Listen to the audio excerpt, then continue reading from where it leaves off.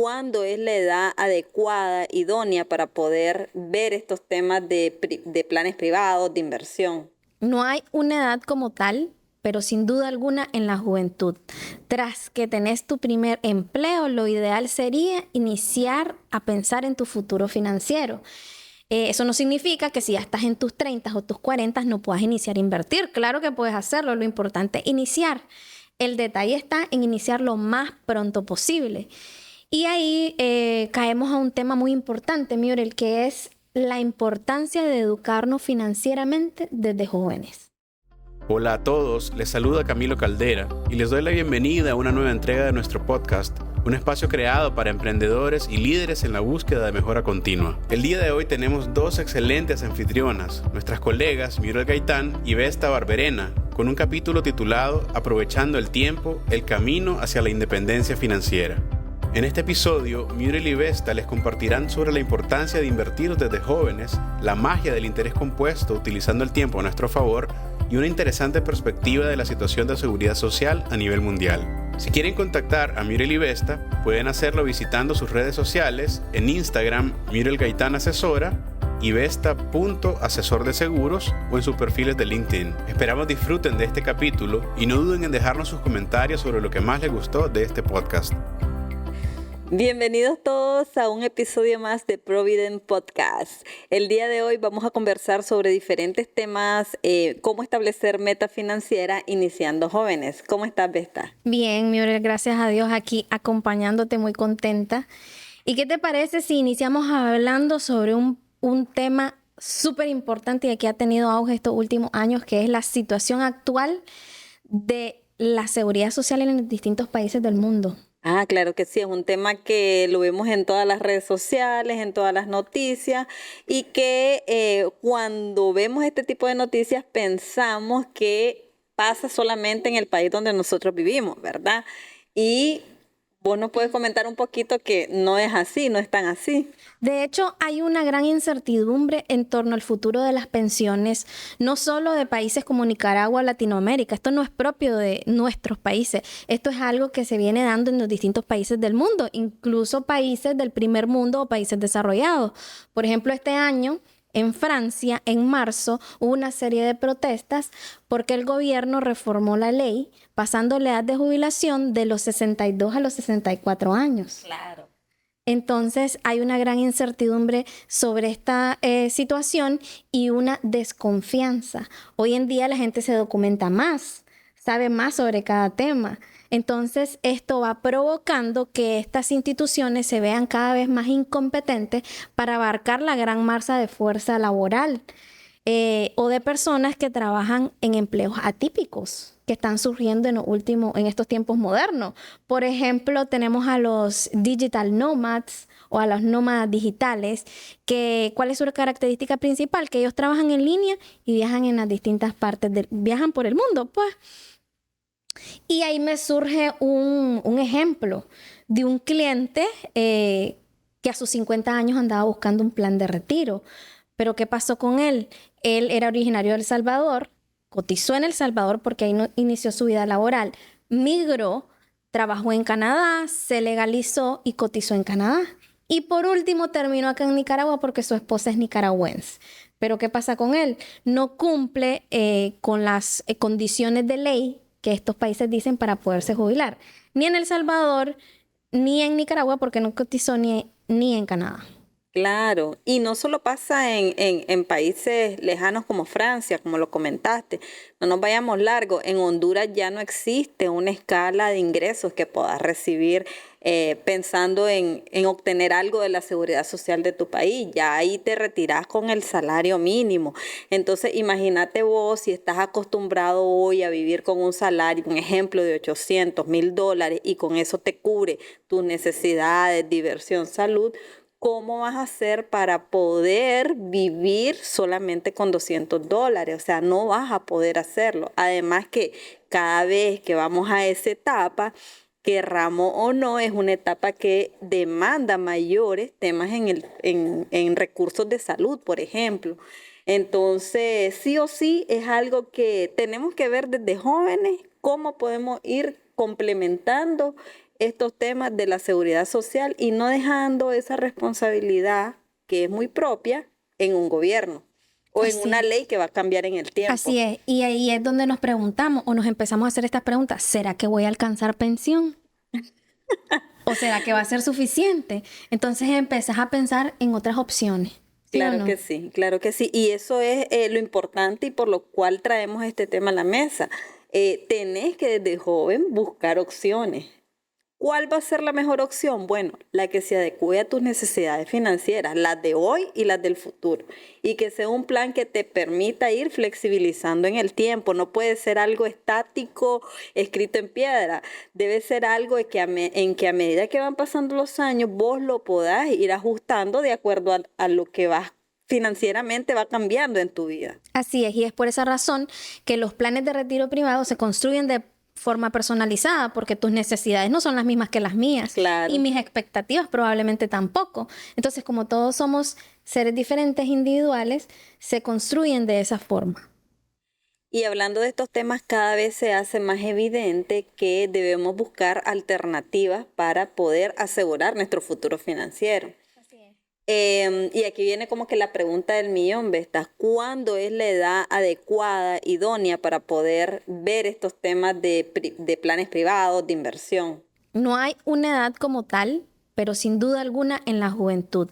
Tras que tenés tu primer empleo, lo ideal sería iniciar a pensar en tu futuro financiero.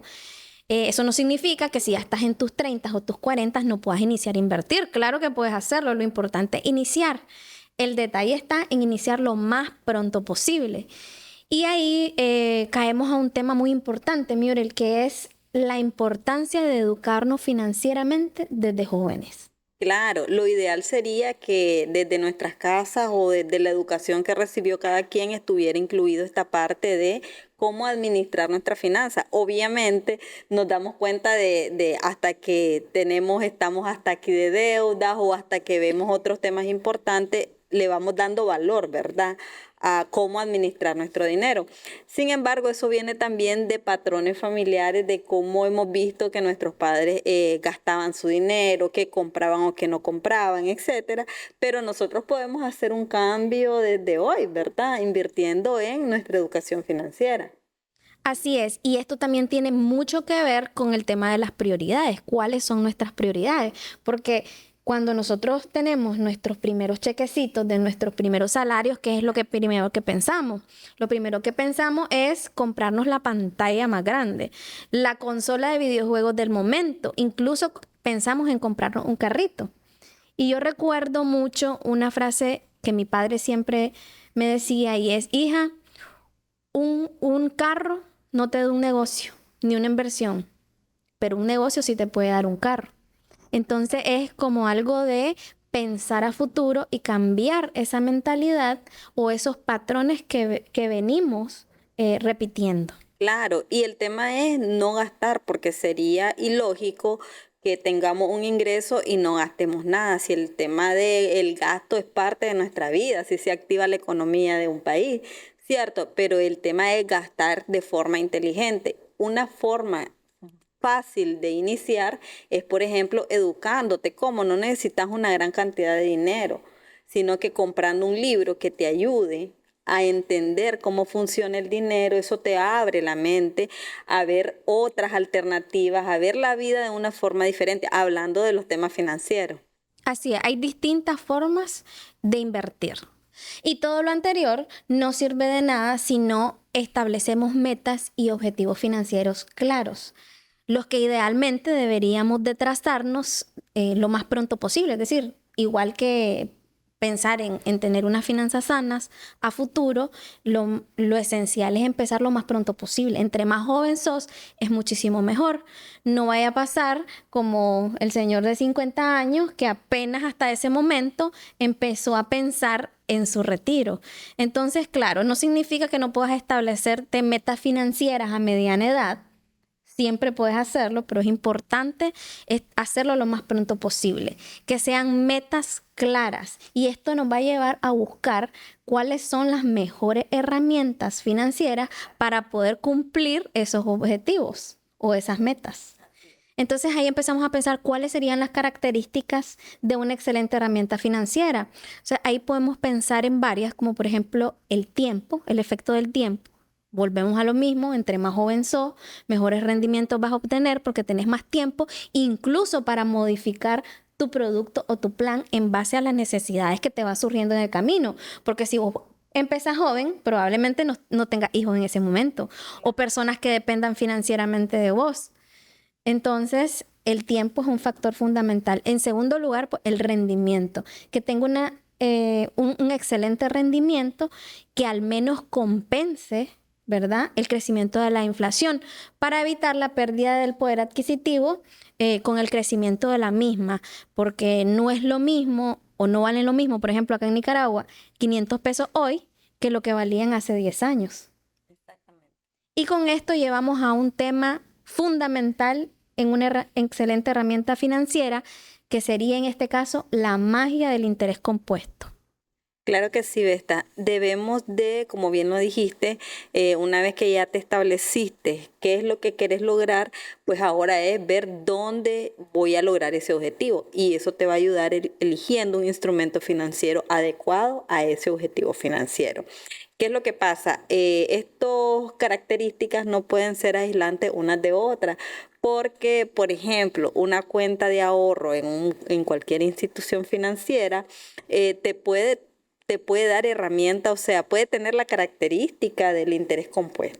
Pero ¿qué es lo que pasa? Los rendimientos son tan bajos que obviamente no va a tener un efecto de crecimiento en el tiempo. Entonces, ¿para qué te va a servir una cuenta de ahorro? Para tener disponibilidad inmediata de tu dinero, y por eso es que te pagan un rendimiento bien bajo. En cambio, pones tu dinero en un producto de inversión con una bonita tasa y que tenga adicional el interés compuesto, que ya te voy a hablar un poquito de qué trata, entonces tu dinero sí va a crecer exponencialmente en el tiempo, porque tiene que ser una carrera contra el tiempo. Empezar joven y no empezar cuando ya estamos al momento en que faltan en que ya tenemos la meta cerca. Exacto, en el que ya faltan pocos años para retirarte, y entonces las opciones se te van limitando. Ya, y las acciones que puedes hacer para modificar también se te van limitando. Ya no tenés tanto tiempo de maniobrar. Exactamente. Entonces ahí el tiempo ya no está tan a tu favor, sino que ya está más en contra de tu meta. Sí. Y ahí la famosa frase que escuchamos mucho en términos de finanzas, con esto de la magia del interés compuesto, decimos el efecto bola de nieve del tiempo sobre el interés compuesto, porque es como una bola de nieve chiquita que va creciendo, que va creciendo, que va creciendo. Entre más tiempo pase, más grande va a ser esa bola. En síntesis, el interés compuesto es el interés que se aplica sobre interés más capital, y así sucesivamente cada año, sobre interés más capital, es decir, interés ganado más el capital. Y de todo lo anterior, miren, podemos rescatar que nuestro futuro financiero es una responsabilidad propia e individual, depende únicamente de nosotros. Por ejemplo, el retiro no es una responsabilidad ni del Estado ni de nuestros familiares. Al único que le va a interesar cómo te vas a jubilar, cuál es la calidad de vida que vas a tener, que si vas a vivir sin preocupaciones o no, si vas a poder sustentar todas tus necesidades, es a vos mismo. Debemos de quitarnos esa mentalidad o esa idea de que alguien más se va a hacer cargo de nosotros, porque ni nuestros padres son nuestro fondo de emergencia, ni nuestros hijos son nuestro fondo de retiro. Así es. Y yo le agregaría, Vesta, que la forma como vemos el retiro ha cambiado en nuestra generación. Por ejemplo, antes mirábamos a las personas, o incluso ahorita miramos a personas que se retiran a los 65, 70 años. Sin embargo, ya nuestra generación ya no quiere esa edad, quiere elegir la edad en que se retira, e incluso poder hacerla una etapa de disfrutar tu libertad financiera y tener los recursos para eso, ¿verdad? Y no pensar en el estigma que se tiene de llegar a viejito con una pensión bien limitada y con carencia de recursos. En otras palabras, tener las riendas de su futuro financiero, las riendas de su vejez, porque bueno, hasta el día de hoy yo no conozco ninguna seguridad social en ningún país del mundo que te garantice la misma estabilidad de vida que tenés hoy en día.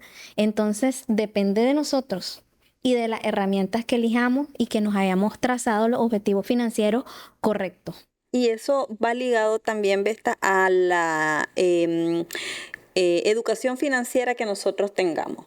Y si no la tuvimos, es responsabilidad nuestra, volvemos al mismo punto, buscar esa educación financiera que nos permita trazar prioridades, objetivos y buscar los instrumentos financieros que más se adecúen a nuestras necesidades presentes y futuras. Así es. Yo creo que aquí concluimos y nos vemos próximamente en un segundo episodio de Provident Podcast.